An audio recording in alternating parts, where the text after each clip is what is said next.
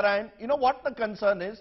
This is the same Supreme Court which has sat on the more critical matter, some believe, of electoral bonds. Opaque bonds that have resulted in one party getting a huge advantage. The matter is before the court. The court doesn't decide on that, but is happy to say that change the way election commissioners are appointed. Do you really believe that the appointment system will make election commissioners more independent? Rajdeep, our institutions are obviously flawed. You outlined some in the Supreme Court, many other institutions. Nevertheless, our democracy is still robust. We must recognize that. The flaws must be corrected. I have been most vociferous in the past 27, 28 years in outlining the defects in our democracy and fighting for reform. It doesn't mean our democracy is illegitimate or completely lacks credibility. I want to make that point first. Second, the word you use is important, perceptions.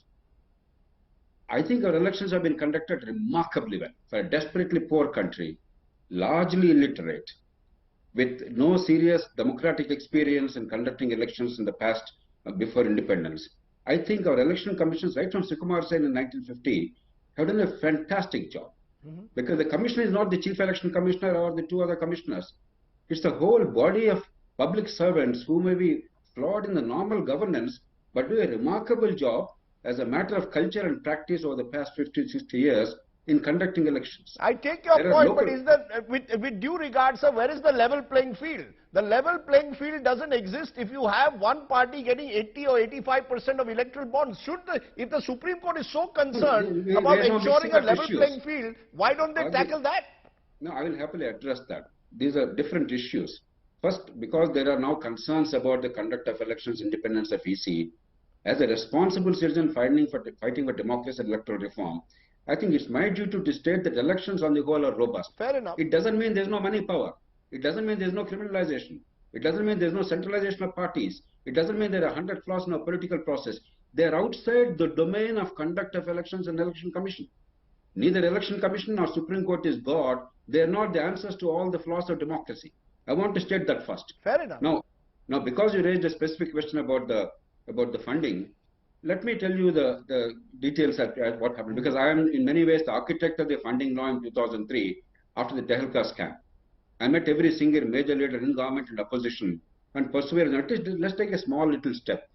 We can't address the illegitimate money and vote buying in politics by this, but at least legitimate money required for legitimate politics, let's create a window. All parties came together. Congress formed a committee with Dr. Manmohan Singh to look at party finances. NDA, BJP accepted Manmohan Singh committee's recommendations in toto. A unanimous law was enacted. Mr. L.K. Advani gave a directive to his party. I was told authoritatively by the late Arun Jaitley repeatedly. He was the law minister at the time the law was enacted. He gave a directive that now that there is full taxation available, let us not collect cash for party functioning. Within 3 months, the receipts fell by 90% despite their being in power. There is a bigger problem. It's outside the election funding. Okay, People have no faith that if they are seen to be funding a political party openly, they will not be harassed or humiliated or hurt economically. So you're saying treat that as a separate problem. The money power issue will have to be tackled separately. Absolutely, and it requires dramatic change. Okay. Electoral bonds is a minor issue. I take your point.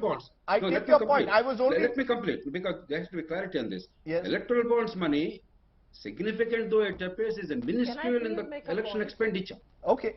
95% is about vote buying and illegitimate purposes.